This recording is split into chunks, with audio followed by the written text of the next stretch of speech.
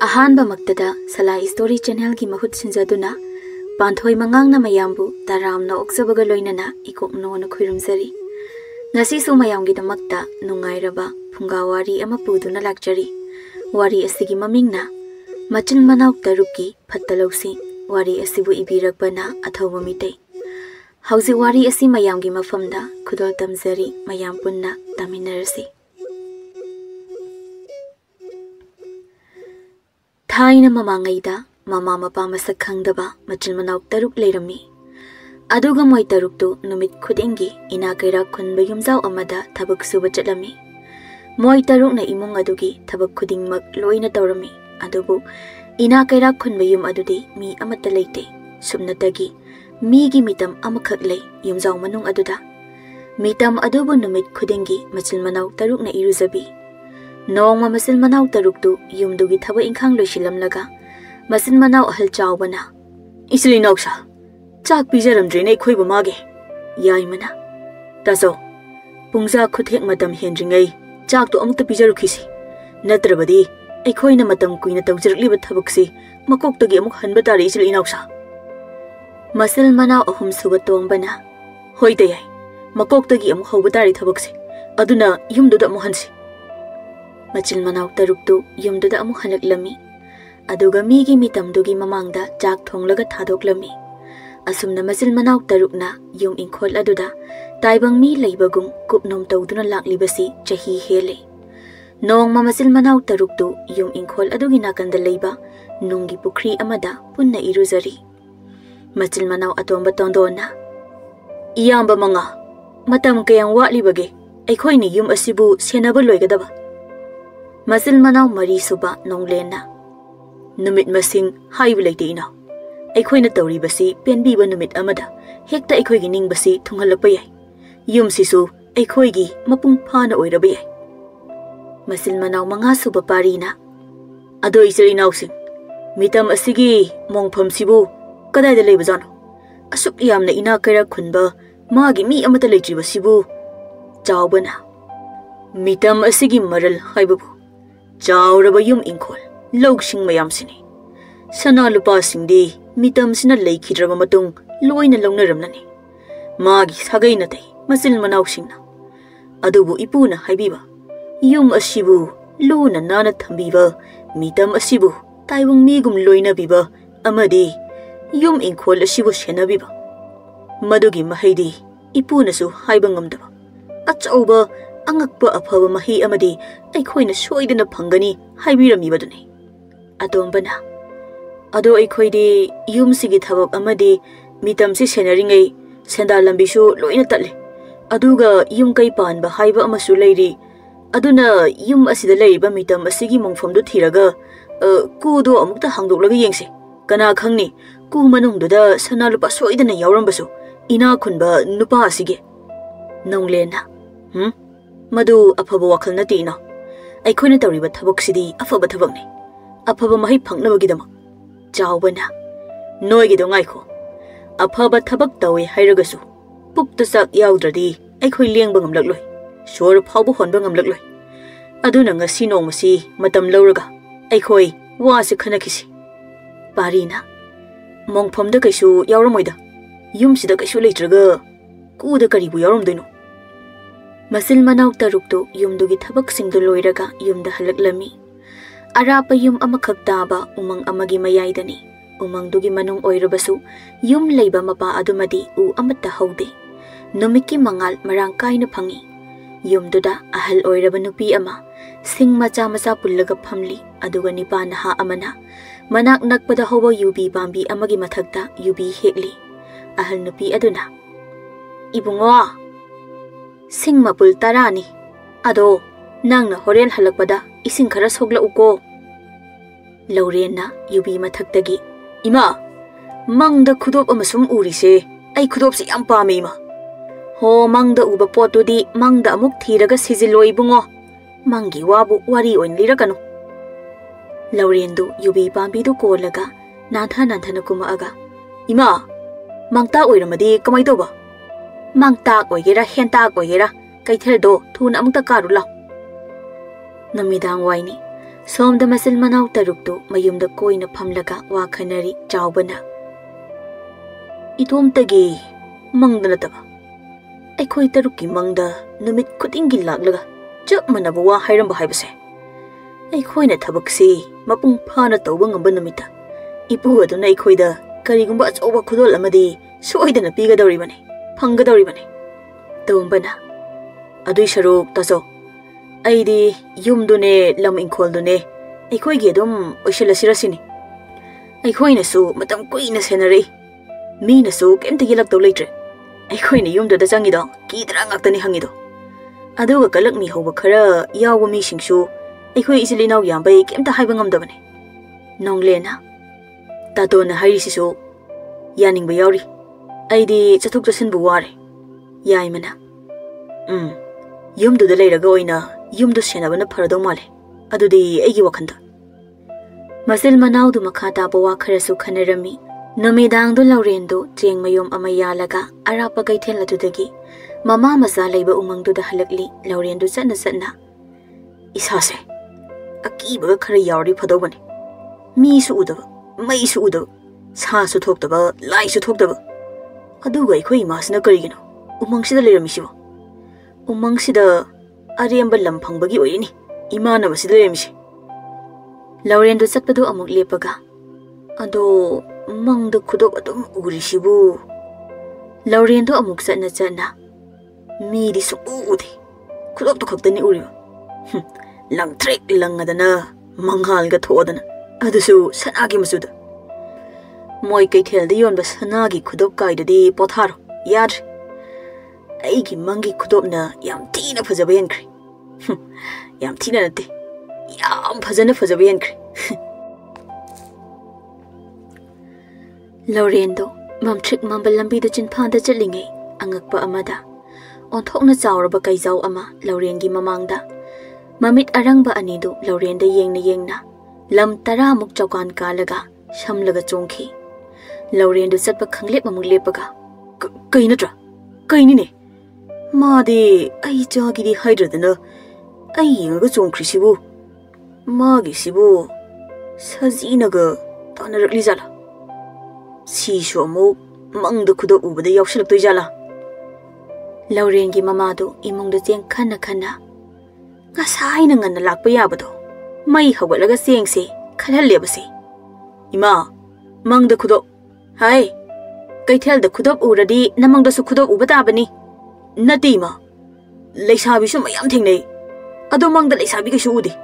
hai angau ba leisabi urasu khudokta adum yengadi khudok adum ubata bani ado mangda hanuba amasu urishidi marta adum aduna napa oiramni hanubado koi noisibo akoi paabase imaga mangda thengnei raija angakpane imana taibungda leiba aduga ipana mangda ubami aduga imana paabase taibangdagi mangda chatlaga thengnaraga khangnaraga nungsinaraga noini luhonglaga ai poiba angakpane hai ikai khangdaba ai sak thongge mai hawgalau mai hawgale chapu thanggalau hoima angakpane ai simangda pooga taibungda leramisi ado ngasai gi kaidadi chawe kai haidi kemna tema somda masil manawdo yumda leiba hawkhre nong mayum madugi anakpada leiba mioi khara yumduda masil manaw tarukna yumda thaba ingkhang tawriba singdu lapna yenglaga nipa amana namphud leisinkhre ne yum simoina do machil manaw yambanina ikhoini yelubasuki nupi amana leibaktagi uhai khunna aikhoigi nataba maraldi kala uranu nupa kidro yumse kanagi karino su khangba nate hoine asigi yum sari ba mafumsi angakpani ko ingkhol si unu pungkop kopsilaga leiramiko aduga masin manaw taruk sina laaga u singdu loini yanthalaba matung phajakraba yumsi chawraba ingkhol sigi mayai da saraga leirambani ko ado mapa yumsigi mapu sibu kana oidorino khangdeisu aisu chahi 19 haire mafam asida honglapa adobu yumsidi masin manaw taruk sil laklakanda khanglibasini yumsigi mapuna kanano Machil manao na kanano sagai na tay na kanano haiba chahi chama hena khundarakliba leikai asigi mi amattana wari sanade mayamda hanglasu akiba yumni lai changba yumni oktabi singi yumni mi si mi nana thallaba yumni hainaraga wari makha tanade matai manaudo wari sa saduna uhaidu khulli lebaktagi somda atombadu matomda oiroida masigi thabukse aduna I tomta wakhal amadi khanba fai ina khunba minina mongphomdu da sana lupadi soidana hapaga phumlamni khale aduna ai tomta lona mongphomdu thirake aigi mangdaga mongphomdu uradi pharanida namidangni atombada yompa ama pairaga ingkholgi machi amada lepaga natraga mitamdugi makhada dum phumbajala mitam haibasidi mongphomna makhada oinabane madugi mathakta mitam khinabane aina khali basa chumdobu male ahing nong hedi yengke ahing nong yaini umangdani laurendo ngasidi tumba yaramde mamang su yamna nungairamde laurendo hagolaga korino igi mangsina mathung saba oibe aba mang amata mangdisibo kadai de kanagi mitam no murakli basina aibu kanagi mitam sabaga ururage mangda mitam mu urisibo Laurendo wakan khara khalamaga amuktam lammi ayukni Laurendo mamada ima mangda khudop udre hanubudu su udre mitam ama ure kaithelda mitam ama amu ura abra nangna kaithelda urakpa makhai namangda loina uribadubo ima aina uribasa hanuba amagi mitamne mahaki mitamdo nipa amana thugaigadabagi thaurangli mitamdugi mamito mapi sinthana aingodagi mateng nibagum tawe nongai taba wakhan khalaga tumadi nongai taba mang adum mangba tabani bungo ima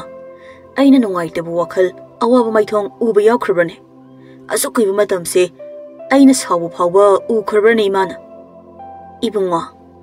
ngasigi kari yon basa tawri yonda poto tasin khomjelaga thamo ima aina yondoise yubini aduga yenbi singa sisu yerum loina koe yerum se yaman khre tangkhai ama yon thokningi hoi ai sak loisilukige mama da masani pada momo nokna mapi ira chena thamoida singnaba amadi nungai ba mikup ama laklani haibagi minok amaga loinana masani pada yeng hauri laurendo mamangda ukhiba singdo kauthoklaga wakhal nungai na kaithel karaklingai ipagi bungo napabu taibangda amukta mangphong na haluba ipagi bungo nahang napagi nakta amukta lauba ipagi bungo kanano kanagi khunjeno kanada kaurino kanada wari sharino aini ipagi bungo ichagi manglanda laklamba ise ngasidi ichagi taibang panda lakle ngasidi ipaicha taibang da su wari shaba phanglagani ai ichagi manakta Manglanda taibang da laklabani karino ai nakong sida ngangliba wa mayam sibo nakong loi pokhai batare ai se mina ngawe na soidana hainarani Laurendo manakong dukan na hotlaga angaw afaigum na lambi aduda yonaba pot singdo yalaga chali ayukni somda sawbadu mitamdugi manakta leplaga yaima tomba nonglen pari atomba noisida punna amta tholo Moi manga to thole chawdu peri yam harauna mitamse kairaga leiramine magi makhongse nati masi boi khoina matam kuina dagi mahaki thogal matik chana torpagi mahaiga phangba haurabra sini atombana taso aikhoigi wakhandasu madu oidogo male natrata yai tadon tamza tamdon yai madu matomta masi yuradi Mapuna chanbinaba aina hena thawak kandaba yadringa sidaki lai haibasidi mahakna penbiba miduda magi yaifa thawjal hena piribane tombana mayam sidi kaiba natro makhongse kuimandana kairakpa male nonglena hoine sidi kaiba male aidi oidoba mandreda aikhoigi mangda uba hairamba wabu asengbagi thajaraga tawriba thabakse aidi pothaninglabane haina balai bane mangda thajaba mi amata oidabane habado adui saruk chaurba yum ikholasi ekhoi taruk yenthoklasi parina adudi langani tamcha ekhoi taruk ki mangdabu chap manaba mang bahunadi pari gi wahida tabada yai madu marau leina nokli chawbadu pari da momon nokni yengli parina ipuduna hairamliba wasingdusu chap loina mane u wasingna kupsinba inkholasida yum ama leirongani yum aduda mitam ama leirongani mitam aduna mi ondriba phawba noi yum inkholadu shenaduna mitam adubu numit khudingi irujabiduna laigi thogal taw hairamlibado aigi manglanda khak hairamba nate ekhoi tarukta loina makni hairamlibado jumiko taso sise tasawna soi khoida ahanba haibani ko adui matung ekhoi manga dasu tasawga mang chap manana mang bahorpani ko maya moi manga do mani haina ngaknomnaraga yengnari chawbadi harauna momon nokjari atombana phare adudi laigi thogalsa makhata na dum tawrase ado aidi aigi mangda haldo ukhidre yai mana hoine ngarang de su udine ngahan makhaidi tumba phawba hodokpi bane tombana aidi yum sida leiraga amang asoi tawsinba numitagi ukhidre masil manau mari suba nonglena aidi tumba sungya yadi handakse aduna tumdramina mangdi kamaina mangune masil manau manga suba parina aidi adum ui hando mangda adum ui mami sami hanadi mapumoin ubane haujikti mami sami ngakta oin ui adombana wa thaidoklaga isil inausing thabo inkhang tokthoknaba tawrase ayumse waideba horlage matam khara hokre adobu laurengi nakongda ahandugi khonjel adum taadun leirami ahandugi khonjel tabada natana namit khudingi ahanduga wari phawba sanarami laurendo yubi mathakta nangna mafamdu takdana aina kamaina khangduino na aina harise numikiani surage ha ipuduna laurengi nakongda ihe nang chatba haudaho ai lambi da sum taklake hairisi nangbu tadabra haibani kana khangni mafamdu takluraga lapmalle talle hairadi ha he hanuba mafamdu khanglaga lapa nakpadu khanglaga lapagana chaba thakpa yaba pudoine naklagana puroidoine laurendo kaithel family yubiga yerunga yoli ipuna kaidawre khumjidi haibunga karino hal aina leisi maya maraktane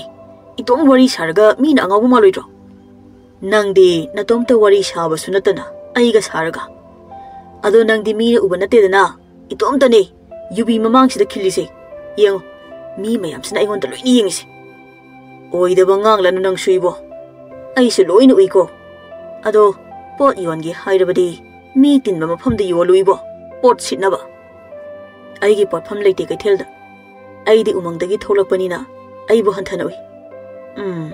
hauna sani madumi oibagi aduna hairiba thabaktu pangthoknaba taw karigumba nangna madugi thabaktu pangthokpa ngamlaba nahak napa masak khanglani napa masak urani ipuna laurenda mapagi masak urani hairakpanduda laurendo mapungning yamna nungsina mathauna ama laklami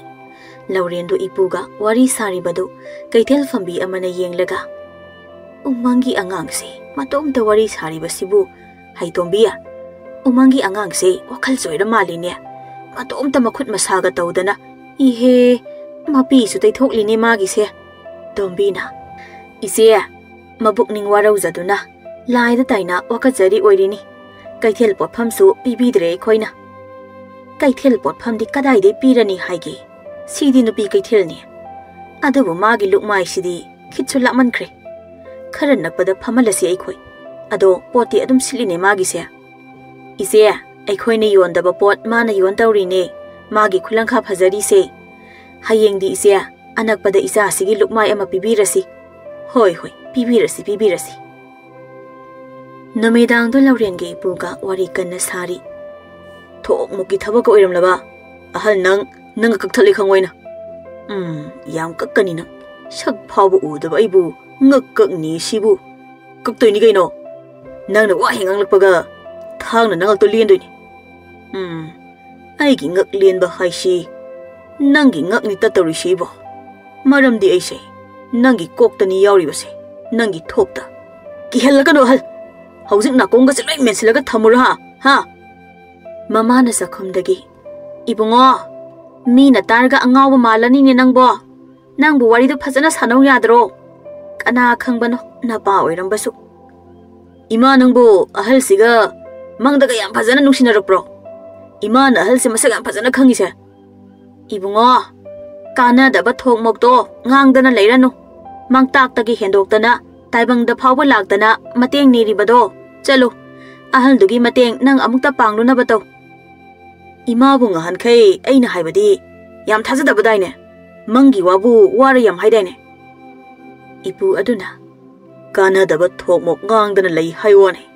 taw haiba thabak ti tawde kana ba takpudi lawde ima na haibagi lawrabani hanubana ado karigumba aina nangi thabak si tawraba matung aigi ipa masak taktraba aina nang kaidogiyo ima tabro ima hai safu saubada ngairi ko safu sauba hangbana te ima ai haujimang mafamduda chanaba tawge hai hayeng ayuk chatlo kori no ima ai ni yum thadolaga chatke habada nang na dam harauri dubo ha migi mateng pangba haise afaba thabak ni ne ibungo o men ta daba thabak se imana afaba ne haiba napa masak ta ke hairi do afaba natro ha o ai se umungda leiba mini haido sengedana numidangni laurengi mangdani laurendo nga hanau mathengna khiba kaidu uri kaiduna laurenda asumna hairami nahak na chatkadaba thabak asigi manungda thengnaba khudong thiba khudingmak aina mayok nagani ni pawmacha wahaido hairamlaga kaido mangkhre ayukni laurendo mamana manam namlaga imagi bungo ngasigi numitsini aina ngairuklibase nama oktabi sunati mapa leitaba isa sunati nang nahaki thabaktuna mai paklabakan nahak wakhal oina tarakani laurendo mamana hairakliba wahai singdu wakhal tauna ipuna hairiba mafamda tamna khongsalakli namit homni haire laurendo ukhong amada famlaga tabra ha mangda kayama thazlaido nangnara hai ai kaiga loide ko pothabi aba matang nate hagulo khong thangnaba to nangdi chatabani na awaba karino khanglamoine thangliba khongse nangi nate aigi ne ado nangbu lamjingliba sidi ai natro hagulo mafamdu thuni yongnaba chalo natrabadi ai taibung mang phangnaba ngamdana loikhiba tare somda yai madu matomda mangda ahal uba kaina oida pada wari ngta kanate chawruba inkon si yon thokna buwa hodokpana pharani asuk yamna chawruba konung manbe yumsigi manungsida law sangamuk chawba yum yai sida khilliba mitam sisu law thokhibana pharani ado karigumba inkol si yenaraba matung yum sisu magi aigi nupi thinarakpa kan nongmadi soidana yenaba haibasi soidrabani aduna mitam khiliba mafam asima aigi haina mari yetpa ngamnaba mafam se aina khare hena sitchengba amadi mitam se aina hairaga thukaibagi wa hawdokpa apang ba inaw atomba sidi khangjaba nate chahi kun mamangi wari se ta chaugi wari se pariga nonglenga do inkol sengna nonglena akhoi tayaiga atombaga se wangang mawong ama tawi ko pare parina khange damsa moi mare amadi soidana tarokani mangda halda su ukhit aduna moina kari pami kari wa hairi habado ai sungairaga aigi phirep khangana bana fani akhoi gi yumin khol oiramina apam ba tongnarani hojikti ado nangbo mangdaga handubu ubrane ui kaino mana ni kaino akhoi busida kaurise hoi ugadabani chawbadu tombaga chawraba pukhrido sengli chawbana handakse akhoi tarukse masoi tanaida ha tomba mangda haldu su khidre masi egi wakhalda akhoi taruki marakta mapukjel sengdaba ma yawre khali aina tomba maramdi thabak asidi lingjel manaba ma changi ado taso karigino halsina akhoi taruki mangda akhanna laklibasibo ꯑꯗꯨꯒꯤ ꯃꯔꯝꯗꯣ ꯍꯧꯖꯤꯛꯇꯤ ꯑꯩꯈꯣꯏꯅ ꯈꯪꯕꯒꯤ ꯃꯃꯤ ꯁꯥꯝꯂꯛꯄꯒꯨꯝꯅ ꯇꯧꯏ ꯇꯣꯝꯕ ꯀꯔꯤꯅꯣ ꯌꯨꯝ ꯃꯅꯨꯡꯗ ꯅꯨꯡꯊꯪ ꯌꯩꯕꯒꯤ ꯃꯈꯣꯜ ꯑꯃ ꯇꯥꯔꯤꯕꯁꯦ ꯇꯣꯝꯕ ꯌꯨꯝꯖꯥꯎꯁꯤꯗ ꯑꯃꯨꯛꯇ ꯆꯪꯁꯤꯜꯂꯣ ꯄꯥꯔꯤꯒ ꯅꯣꯡꯂꯦꯟꯒꯁꯨ ꯃꯈꯣꯜꯗꯨ ꯇꯥꯕꯗꯒꯤ ꯌꯨꯝꯖꯥꯎꯗꯨꯗ ꯆꯪꯂꯛꯏ ꯌꯥꯏꯃꯒ ꯑꯇꯣꯝꯕꯒꯗꯨ ꯌꯨꯝꯌꯥꯏꯗ ꯈꯤꯜꯂꯤꯕ ꯃꯤꯇꯝꯗꯨꯒꯤ ꯃꯈꯣꯡꯗꯨ ꯊꯨꯒꯥꯏꯕ ꯍꯧꯔꯝꯂꯦ ꯑꯗꯨꯒ ꯁꯣꯝꯗ ꯂꯧꯔꯦꯟꯒꯤ ꯃꯅꯥꯀꯣꯡꯗ ꯏꯄꯨꯗꯨ ꯏꯁꯧ ꯂꯥꯡꯕꯅ ꯂꯣꯏꯔꯦ ꯏꯄꯨꯅ ꯂꯧꯔꯦꯟꯗ ꯍꯩ ꯂꯧꯔꯦꯟ ꯅꯪꯕꯨ ꯈꯔ ꯊꯨꯅ ꯑꯃꯨꯛꯇ ꯆꯠꯂꯨꯅꯦ ꯅꯪꯕꯣ ꯂꯧꯔꯦꯟꯗ ꯁꯣꯔ ꯊꯕꯦꯠ ꯊꯕꯦꯠ ꯍꯣꯜꯂꯒ 이사우 랑그래 하누버지디바 아이기 ጸ뻔한테 찌엘리네 아이시 등나 사골로인 우르버 아이시 사골한테 미니미 아스 찡 어묵 레이럼미네 아스 헤이 찡시 마루 꼬쁘네 나비 파워 하우버 찡나테 람비수 파나 매약 생나 레이리 쩔로 찡시 투나 어묵 더 얌나 왕바 찡수 나테 짜이라우 찡 어머군바네 상자버기 와네 아이기 와버수 카라 강비와 할 napa masak khangning ladi khara khotna batari bo napa masak khang badana te napa phawu masak ugadori bane aina hais hek tobada thauna khuabdi yare isai fajabam da saglo ai sing se kage hoi hoi saglake ipudu isai nungsiba ama sakli aduga laurendu maru kokpa chingdu kari numit kayani khongna chatuna laurendu ipuduga amuk nokminna amuk khatna amuk langmina tawduna ipuna hairiba mafam masil manau taruki oiraba yumdu yawri ayukni chawbadu hakam chalaga thoglai mapalda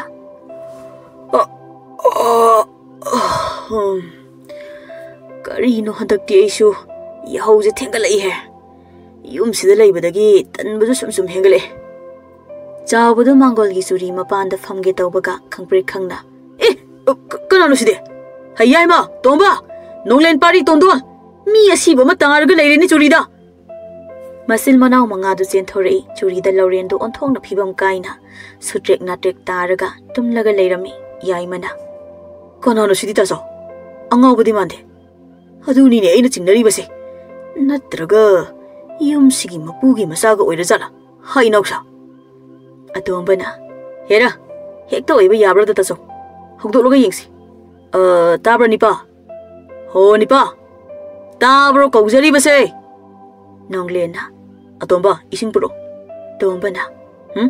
pukri do ina thadasi moi taruk na laurendo pukri da laktana langthaki laurendo ising mayai dagi laurei he ai hogule as ahi di pukri mayai da leiram lena yai mana nipa nang kana no ha ai ro haisa aisa mangda lakpa halamana tharakone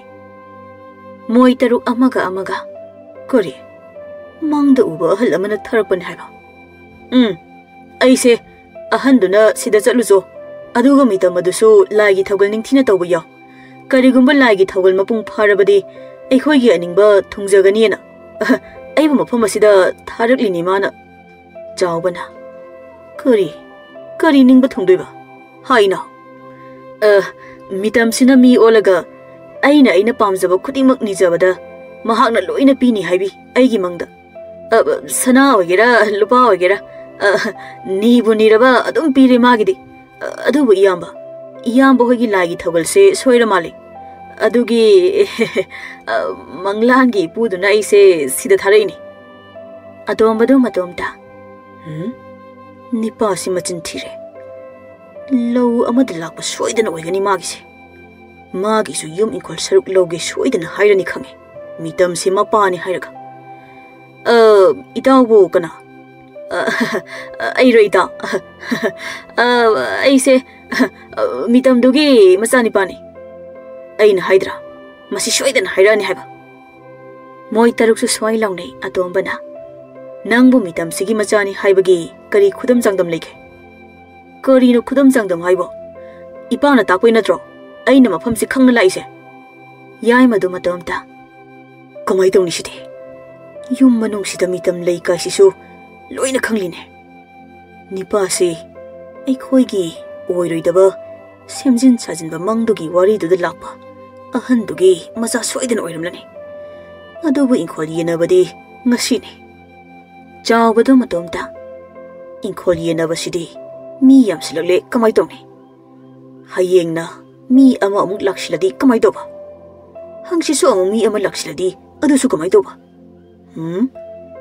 nahasi hatok lasira karino aina khali wakhalsina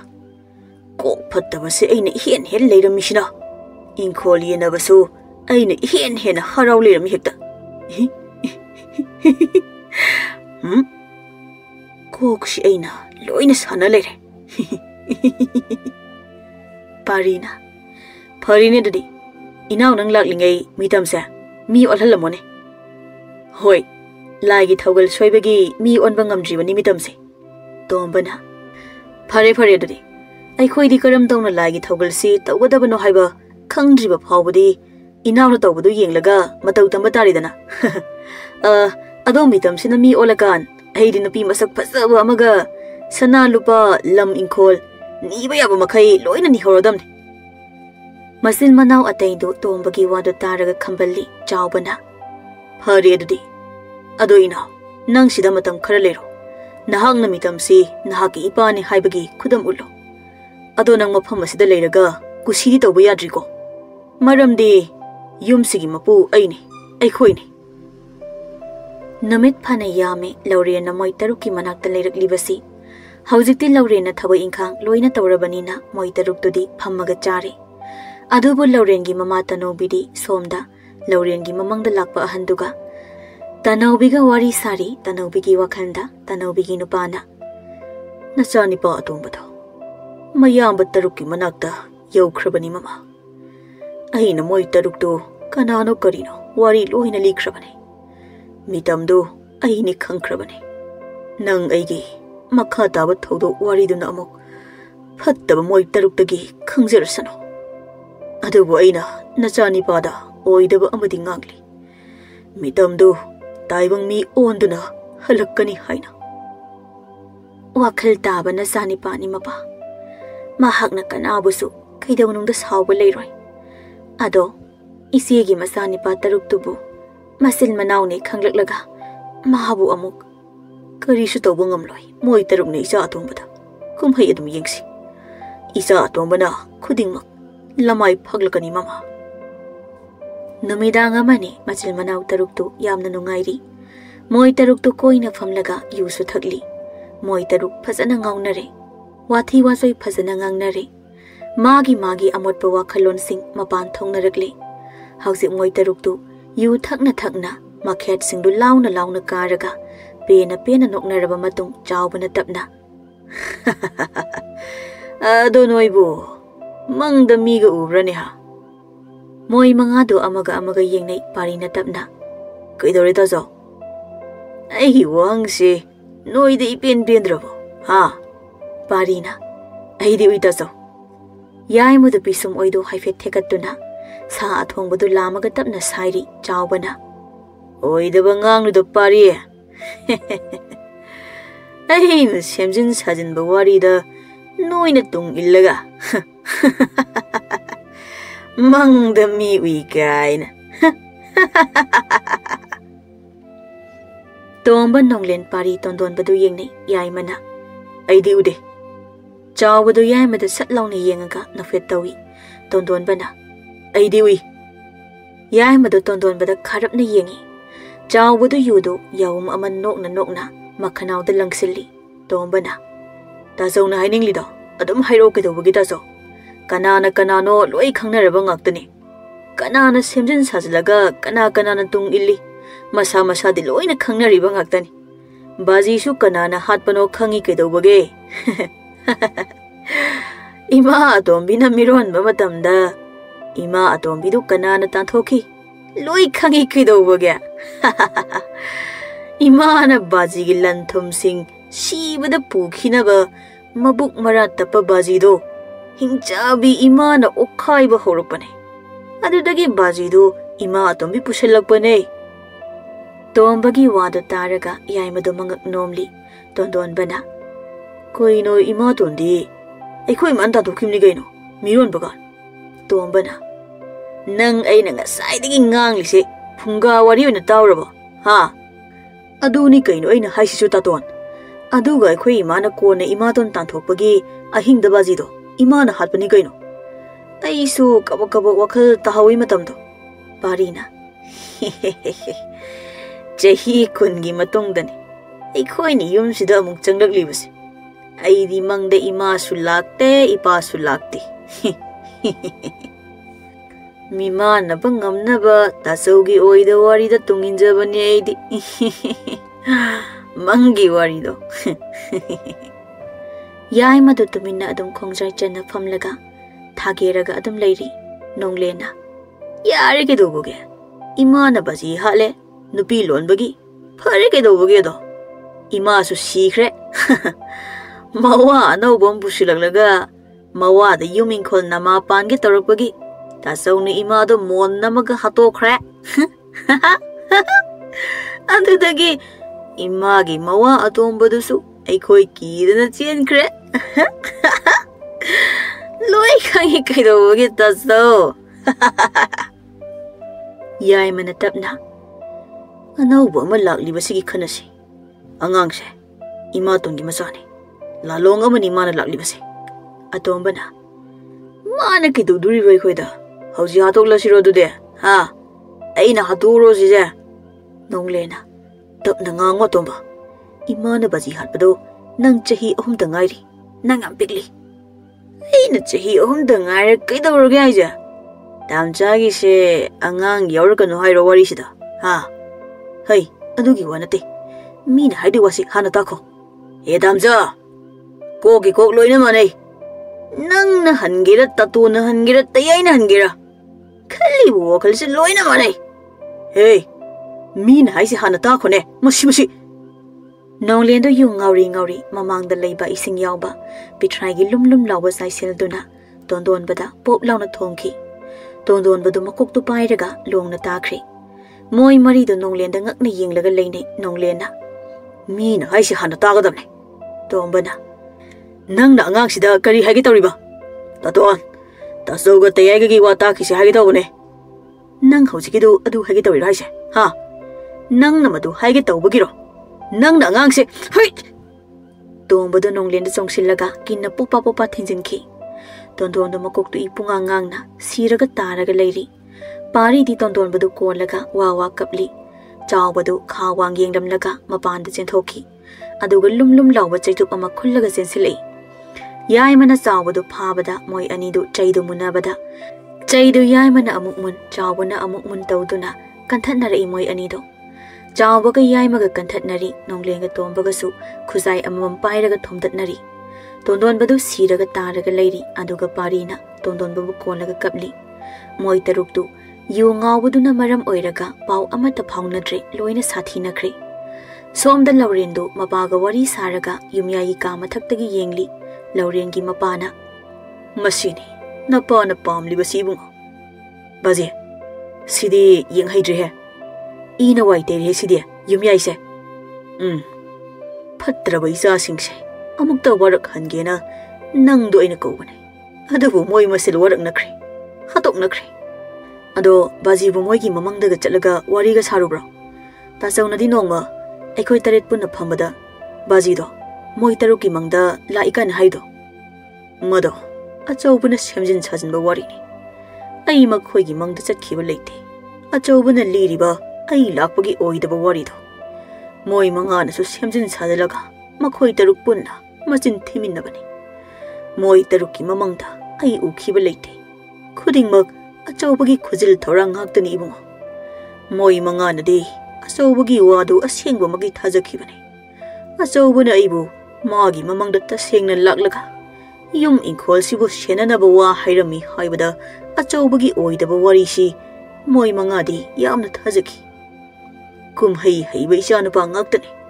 अमनसु अमदा हाइदोकनदे मसिगी ओइदब वारीसे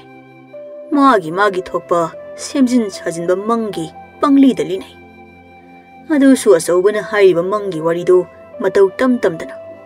असौबना हाइबदो लोइना यारगा अचौबगी Tung इलकपा ngaktani अदो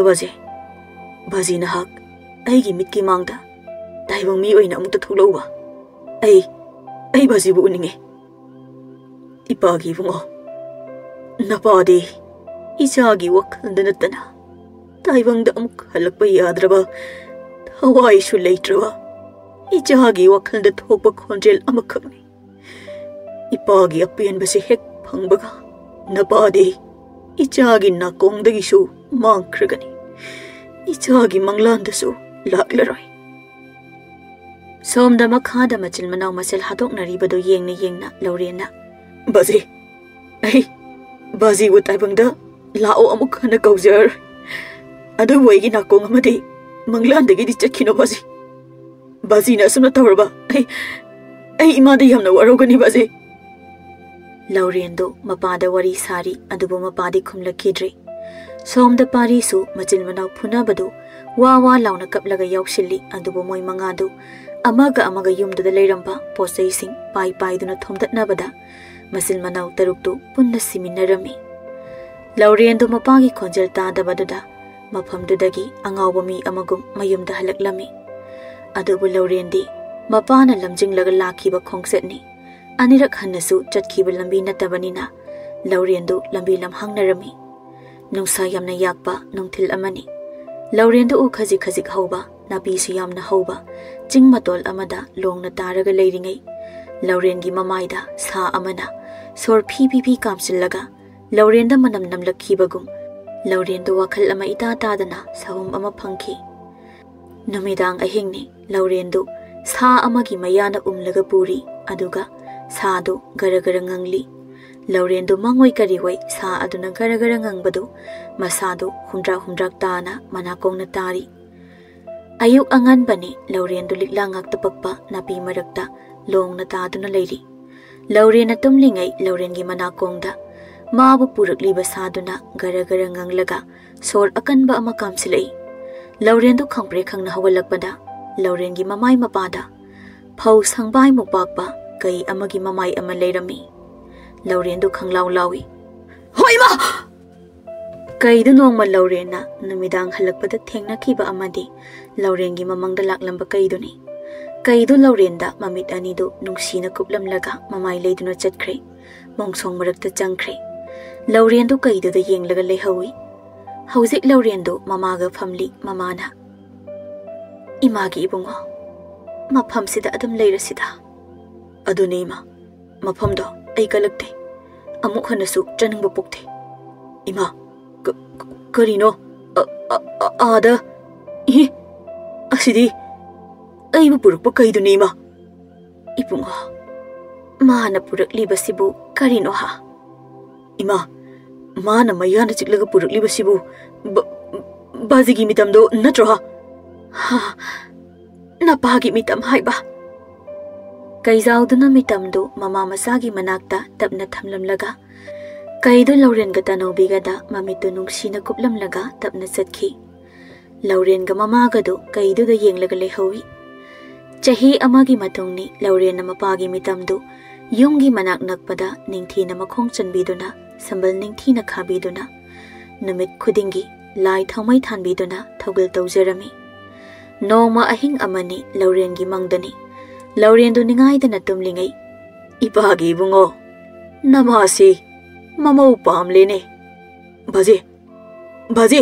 बाजे अदुम तुमगा वारी शरंबा याबजाने ममाना तबना नपादो नंगीदसो अमुक लाक्लबरा हौजिकता अइना तुमलिंगै लाक्लंबदा ngairambani इमा बाजी अमु हले इमा मपांदा Nipah अमना तबना हई थोंग से अमुक्ता हांगुने नोई नमाना साबो इमा सिदी ऐगी मंगदसु नत्रे नाकोंगदसु नत्रे तारिबा बाजीगी खोंजेलसे युंगी मपांदगिने इमा लौरेंदो फैजुबतो काउथोकलमलगा बाजी हाइना लाउरगा मपांदा चेंथोकी